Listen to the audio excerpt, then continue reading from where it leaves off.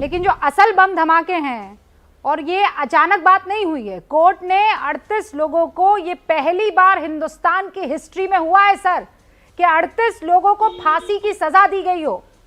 ये छोटी मोटी बात नहीं है।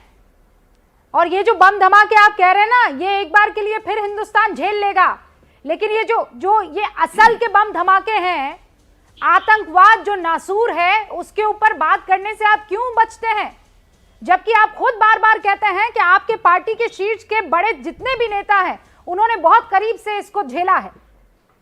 दो और मेहमान, और उसके बाद अभय जी अपनी बात रखिएगा आप। एमएच खान साहब भी, और हमारे साथ पूर्व डीजीपी उत्तर प्रदेश के यहाँ पर विक्रम सिंह साहब है। विक्रम सिंह साहब, सारे बम धमाके कर दिए, लेकिन असल बम धमाका जो था उस पर बात करने से कतराना क्यों?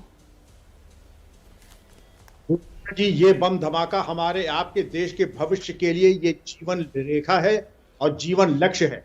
ये एसिमेट्रिक वॉरफेयर, जिसको 4th generation 5th generation warfare है, ये हल्के में है, ये फिजूल है। अगर ये फिजूल है तो मान लीजिए कि हम अपने पैर पे कुल्हाड़ी चला रहे हैं और हम जिस डाल पे बैठे हैं उसी को छाट रहे हैं। इस तरीके के क्यों ना हो। संजरपुर आजमगढ़ का जिक्र आपने किया तो वो स्थान हो गया। वहां पर जो आप घड़ियाली आंसू बहाने, हमारे राजनेता कहते स्वर्गीय अमर सिंह के तमाम नेता और इंस्पेक्टर शहीद मोहन चंद शर्मा की शहादत को हमने नकारा, पाटला हाउस एनकाउंटर को झुटलाने की कोशिश, तमाम लोग अपनी विद्वता छांट रहे थे, लेकिन हमारे शहीदों के बारे में एक लफ्ज नहीं था। और उनकी जो शहीदों की लाशों को लेकर के लोगों के आंसू नहीं रुक रहे थे। मुझे तो शर्म आती रूबिका जी ये कहते हुए कि हमारे शहीद पुलिस कर्मियों के ऊपर अगर एक लफ्ज कह देते तो मुझे संतोष होता। लेकिन जो बेकरारी थी संजरपुर आजमगढ़ को तीर्थ स्थान में परिवर्तित करने के, और अजहर मसूद के साथ सैयद मोहम्मद उमर शेख जो कि उसामा बिन लादेन का नंबर था, उसको मैंने खुद गिरफ्तार किया था सहारनपुर से मुठभेड़ के बाद। वो भी उसी हवाई जहाज से जिससे ये गए थे, छोड़े गए थे सैयद मोहम्मद। लेकिन उनकी जो खातिर तवाज़ो, संतोष इस बात का, जो खातिर तवाज़ो हम कर सकते थे अपने तुच्छ संसाधनों से, वो पूरी खातिर तवाज़ो उनकी की गई। कम से कम ये तो संतोष हम पुलिसकर्मियों को है। और मैं अपने राजनेताओं से जो उनके बड़े, मैं तो, हम लोग तो सीखते हैं बड़ी विनम्रता के साथ, कम से कम ये थे हमारे अपने इसको छोड़ दें, लेकिन राष्ट्र हित सर्वोपरि है। और राष्ट्र का हित ये है zero tolerance to terrorism and terrorist. और दूसरी चीज, अगर यही हरकत किसी IAS IPS अफसर ने की होती कि आतंकवादी के पिता हमारे घर में आ जाए तो बर्खास्त हो गए होते, चाहे DGP होते, चाहे चीफ सेक्रेटरी होते। एक सुचिता और एक रिस्पेक्टेबल डिस्टेंस टेररिस्ट और उनकी फैमिली में सारी बातें बहुत क्लियर अंदाज में आपने रख दी है विक्रम सिंह साहब। Thank you for that. MH Khan साहब।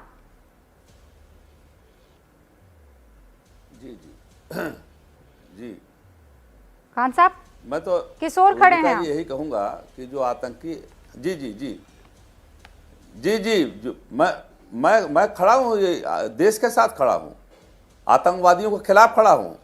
हमारी पार्टी आतंकवादियों के खिलाफ खड़ी है। जब जब आतंकियों के ऊपर फैसला आया तो उसमें मैं तो सिर्फ ये कहूँगा कि फैसला बहुत सोच समझ के आया होगा, आज साक्ष्य के आधार पर आया होगा, तो इसका पूरे देश को स्वागत करना चाहिए कि देश को आतंकियों से बचाया जाए। दूसरा ये कि उन एजेंसियों ने जो आज आ रहा है 120 का मुलजिम कौन इसमें बनेगा, इसको नहीं क्यों नहीं बनाया गया? 120B का मुलजिम इसमें बनना चाहिए था। अगर सारे लोग फोटो दिखा रहे हैं अखिलेश यादव की, तो अखिलेश यादव को मेरी मांग है आपके चैनल के माध्यम से 120B का मुलजिम बनाना चाहिए उनको, और उनको जेल में डालना चाहिए। और इस तरह की हरकतें जो है, समाजवादी पार्टी हो, चाहे भारतीय जनता पार्टी हो और चाहे कांग्रेस हो, इनके जमाने में हुई है आतंकवादी गतिविधियां। कंधार किसके जमाने में कांड हुआ? बॉम्बे ब्लास्ट किसके जमाने में कांड हुआ? मुजफ्फरनगर कांड किसके जमाने में हुआ? ये सारे लोग, तीनों दलों के लोग झूठ बोल रहे हैं और मक्कारी यहाँ कर रहे हैं। आप देश की सुरक्षा के साथ खिलवाड़ मत करिए। आपकी इंटेलिजेंस कहाँ थी? क्यों नहीं पकड़े इन लोगों को? क्यों नहीं 120 और 120 का मुकदमा कायम किया गया? आज ये लोग रो रहे हैं, इसलिए रो रहे हैं कि चुनाव में भारतीय जनता पार्टी उत्तर प्रदेश में हार रही है। आज महंगाई की बात नहीं करेंगे, इस चीज पे ले आए हैं, डिबेट पे लेके आए हैं। इस चीज को ले आइए, जरूर ले आइए, ये जरूरी भी है, लेकिन जरा महंगाई पे बात कर लीजिए, छुट्टा जानवरों पर बात कर लीजिए, जरा डीजल पेट्रोल पे भी दाम पे बात भी कर लीजिए।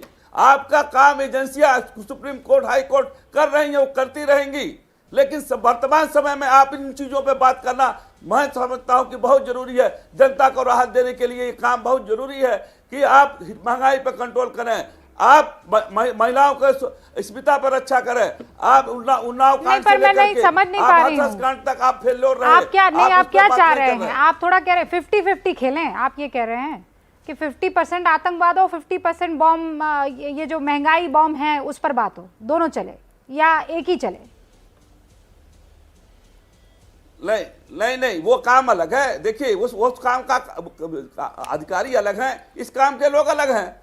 नूपुर जी, सुप्रीम कोर्ट से फैसला आ रहा, स्वागत कर रहा हूं मैं, लेकिन ये इस चीज से बच नहीं सकते आप। ये महंगाई से बचने के लिए ये मुद्दा लाया गया, बड़ा आरोप लगा गया।